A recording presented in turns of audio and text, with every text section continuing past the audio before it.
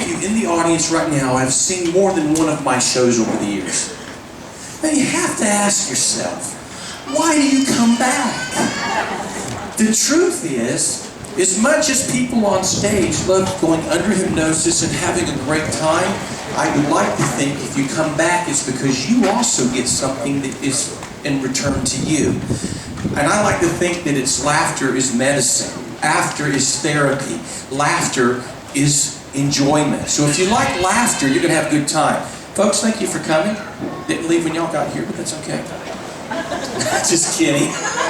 Go ahead. That's why it's really tough in the daytime. It's very hot. Oh, by the way, you want to know how hot it is? How hot is it? The first 2 days of the fair, we put a thermometer on stage up here. It was 117 degrees on stage.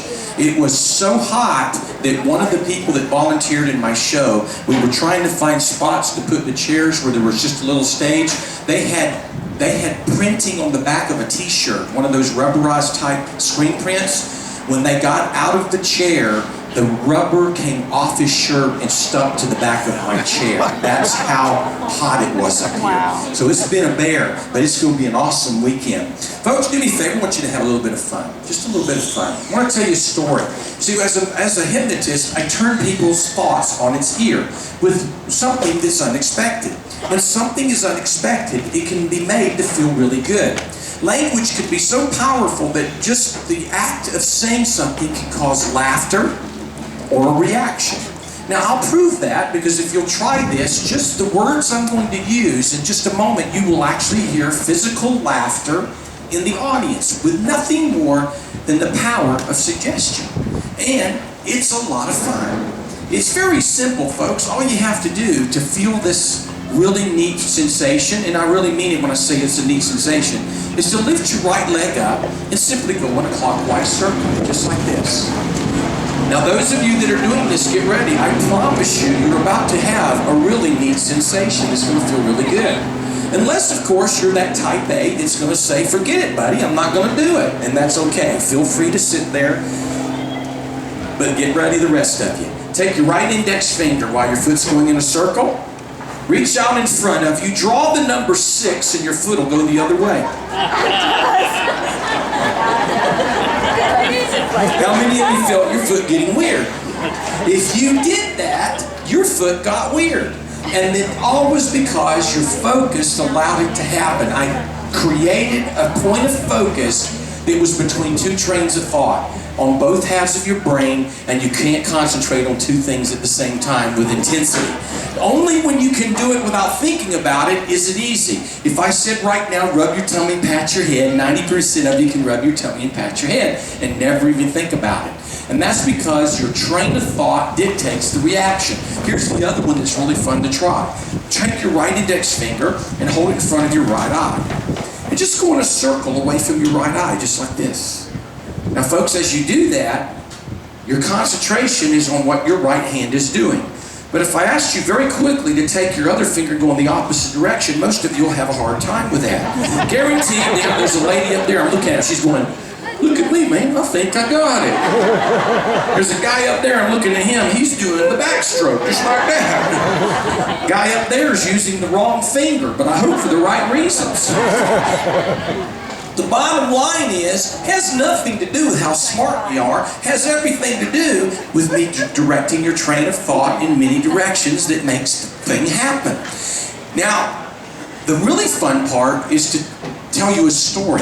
See, if you let your head do exactly what it wants the second it wants to do it, it is absolutely amazing what can happen.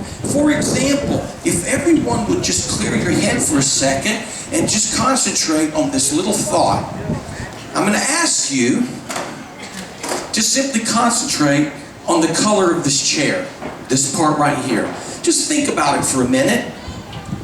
And then, while you're thinking of that, would you also think about the color of copy paper? Perhaps even a wedding dress or new fallen snow. Just think of that color. And while you're thinking of the color, let your head think for a second and spell the word silk 3 times in your head. Just spell the word silk 3 times in your head. And then very quickly think for a moment on what cows drink. Now, if you let your head do exactly what it wanted to the second it wanted to do it, how many of your heads went, milk? Yeah, folks, cows drink water. They don't drink milk at all, okay? Those of you that said water, you probably thought too much. It's the only way you came up with water if you let your head think about it. But if you let your head do what it wanted, most of you came up with milk if you've never done that before. Wrong answer, but actually you can see why I wanted you to get there. It's how I say it and what I say that gets your head moving in that direction. As long as you don't interfere with the process, your head will do it naturally. Well, that's what happens on stage. If you interfere, you weren't able to do it. People up here will do the same thing. They'll interfere and they won't be able to do it. It's all about keeping your head straight. So I'm going to tell you a story very quickly. If you'll follow me, I'm going to show you that little twist in your own mind that feels really good. This will feel really good for many of you, because if you wait on the end of it, you're going to be amazed at what happens as you calculate the odds. There is a story, folks. I don't know if you've ever heard it, but it's about 3 brothers whose older brother passed away and left them 17 horses. Now the problem was, the older brother that was left was in the will, it said he was to get half the horses. The second brother was to get 1/3 of the horses, and the last one was to get 1/9 of them. Now the only problem is, if you think about it, they were in a bitter argument over how they were going to divide them up, because with 17 horses, the only option was to take one of them and slice and dice and split it up somehow, if they were going to do it fairly. Well, they knew this lady down the street, wonderful woman that's been older in years, and they went to her and said, you're very wise, and can you help us out? She goes, there's no problem at all. She goes, I have a horse in my barn. You can have my horse. Oh, the 3 brothers are excited, because now they all can split them up, because there's 18 horses. So the first brother took his half, which obviously is how many? 9. The second brother took his 1/3, which is 6. The last brother took his 9th, which is 2. So 9 and 6 is 15, and 2 is 17 horses. They had 1 left over. They took it back and put it back in the lady's barn. Folks, that's what a hypnotist does. They lead you down one way mentally, and just when you think you're there, they twist it around so it feels different and feels good. And if you did that, your mind's probably going, you're kind of twitching inside your head right now, and that's the power of language. Now, I would like to show all of you for a second, because I promised you that if you would wait on me, this would be worth it. See, people are always asking me, they go, and by the way, speaking of horses, I have to tell you this. Folks, as I go around the fair, and I want you to know what's happening here this year. How many of you are aware that the Kansas State Fair is celebrating its 100th anniversary this year? 100 years of the Kansas State Fair, folks. And this fair is not just about itself. It's about community. It's about involvement in the community. And as part of their celebration this year, they have taken upon themselves to ask people that are coming back to the fair to bring some foodstuffs, canned goods, whatever you have. It doesn't matter. Because at the information booth, there's a big grocery cart that they're collecting food for the local Reno County Food Bank. Folks, the food bank helps a lot of people, and they're running extremely low on their stock. And so the fair's taken it upon themselves to help the food bank this year by asking people to help with the food drive. Now, in honor of that food drive, each day, those that show up at the fair and donate canned goods and other food items get to fill out a card. And at my show today, each and every day, the 5 o'clock show, we ask a young person in the audience, I'm going to ask this young person right here, suppose, to come up, and then I'm going to let him select one of these names out. Now, the person that gets their name selected each day at 5 o'clock is going to get a phone call from the fair, and they're going to be sent $100 in cash as a thank you for bringing canned goods or food to the fair. So if you're planning on coming back and you have some food items that you would be willing to give to the food bank, we'd greatly appreciate it. Young man, would you just spit, by the way, what is your name? That's correct. Tarek, what I'm going to ask you to do is, and I don't let anyone on my stage without entertaining the audience, okay? So you two are going to have to be an entertainer here for a second, okay? So here's what I'd like to ask all of you. It's, how many of you, by a show of hands, have ever seen a person get cut in half before? Can I see hands? Just keep breathing, okay? I'm not going to do that, all right? You know why? And folks, it's because my half-brother says I need a little more practice, okay? So here's what we're going to do. I'm going to ask you to spin this little drum. Let's mix up the names for me. Go ahead. And when you're happy that they're mixed up really well, we're going to ask you to reach inside, and we're going to ask you to select a name out of the bunch, okay? All right? Whoops, you can put that one back in. Reach in, kind of mix them up a little bit, pull one out. Hey, if you'll close the door for me, I'll lock her up. And let's see what happened here.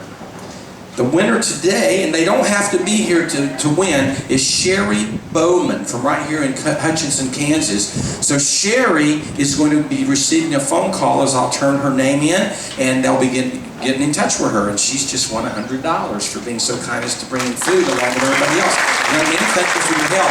Give him a hand for helping out, everyone. You may have a seat, young man, and thank you for coming. Now, folks, as I conclude with this very wonderful demonstration for you right now, let me just share with all of you that came in a little after the fact that you can see that this is it's a slow day here. This is Tuesday, and this is always the slowest day of the fair. And so, if you're around at 7:30 and we have a few more people, I will give the show a try. But we just simply have to have enough volunteers to do that. I'm at the mercy, and I also use this as a demonstration, folks. The biggest compliment I ever get from an audience that watches me is you will not believe how many people walk up to me after a show and go, "Okay, man, you hired those people, didn't you?" Because that's a compliment. When people think I hire people because they can't believe what they're seeing, that's a compliment. But on a day when it's slower, this is the proof. Because if I hired them, they're not going to get paid, folks. They didn't show up, okay? But I always like to say, think about the math. About 100,000 people a year volunteer to be in my show. Whether they go under hypnosis or not is the other question. But if I only paid them $1, I'd go bankrupt, folks, because that's a lot of money. So honestly, I have to live with myself. I can assure you my own integrity is all about being honest. And the honest truth is, I don't have to hire people, folks. They volunteer to have a good time, and that's what it's about. I would like to do something for you that I think you're going to love. This is the most favorite thing I do with an entire audience. And if you participate, and by the way, if you're type A and you haven't done anything yet, guess what? You can do this. And you don't have to tell a soul that you had fun today. That's what's really good about it. So you can keep it to yourself, but nobody need know. Okay? But as I do this, folks, I'm going to conclude by asking your indulgence for one more favor. The food bank part of our drive is this. I'm celebrating a silver anniversary, this being my 25th year in the fair market. So after the show, if you're willing, I'm going to ask you to consider. No problem if you don't, but we've had some remarkable cooperation this week, and I'm so proud of it. I'm going to be back in the back on the back corner, and if you're willing to come by, there's 3 things I'm going to ask of you. But I'm going to precede that by telling you that what I'm about to ask of you, I would never ask of anyone that I'm not willing to do myself, okay? So here's how I'm doing this. My wife, who I only see about 2 months out of the year, happens to be a minister, and she's here this week, and I haven't seen her for about 2 months, so it's always a pleasure. And when I asked her where she wanted to join me on the road this year, she planned what we call her sabbatical. She's on a 3-month sabbatical. Her first month of it, she planned precisely to be in Kansas because she fell in love with it the last time when she was here, and she wanted to rejoin me here at your fair. But we have a food ministry and a food bank in her church that she serves, so we know how powerful it is in people's lives. When I heard about this, I said, okay, here's what I want to do. At the end of the show, I'm asking all of you to consider if you will just be willing, if you've got a free $1 bill in your pocket, if you'd be willing to put it in the box for the food bank. Because food banks can buy food at locations at wholesale, that dollar is going to go a whole long ways. Now, I said I wasn't going to ask you to do anything I'm not willing to do yourself. In the course of the fair in the 10 days, folks, I've made a commitment on every single dollar that is donated to the food bank, I am going to personally match your contribution with $1 of my own up to $1,000. I will put $1,000 into the food bank. All I'm asking you to do is put $1. And with your dollars and mine, guess what? It'll go a long way.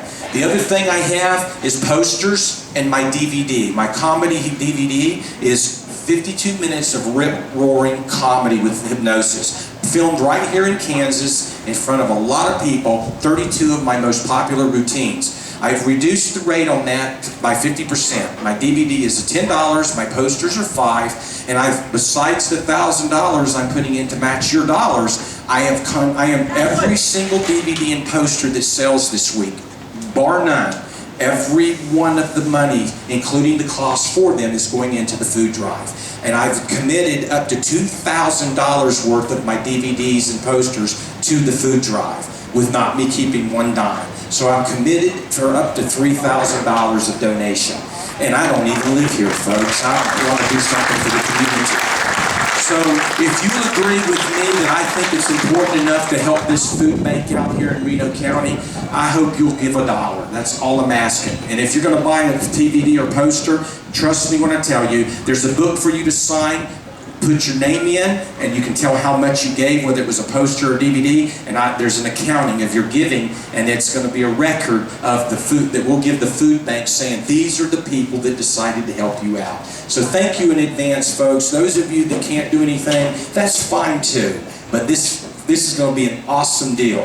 On Sunday, on my last show, we're going to bring someone from the food bank unawares of what's been going on with the audiences this week, and we're going to give them a check for all of your contributions for the week, and they're going to be very happy, trust me. Folks, please enjoy what I'm about to do, because I'm about to prove to you that suggestion is real.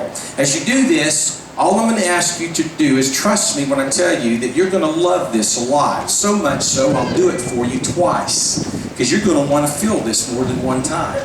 Now I'm going to do it in two directions, one here and one over here, because there's too much of a width for everybody for it to work if I do it straight on. So I'm going to start over here, and all I'm going to ask you to do is simply understand that what I say and how I say it is a set of instructions. Suggestions can be words or phrases, and in this case, it's just a word. And the word I'm going to ask you to think about is the word shrink. Just think of the word shrink. As you do so, I'm going to ask you to concentrate on the center of this wheel. Now, as you focus your mind on the center of the wheel and you think the word shrink, I'm going to count backwards from 5 to 1. When I get to the number 1, follow my last instruction, and many of you are going to have one well of a wonderful sensation, and will last about 5 seconds. 5, 4, 3, 2, 1. And now with great focus and concentration, would everyone please look at my face. Oh my God! Did it work on you? So please clap if you felt it. Very good. Very good. Here we go, everybody. As you concentrate just like they did, all you have to do is just think the word shrink. Just think the word shrink.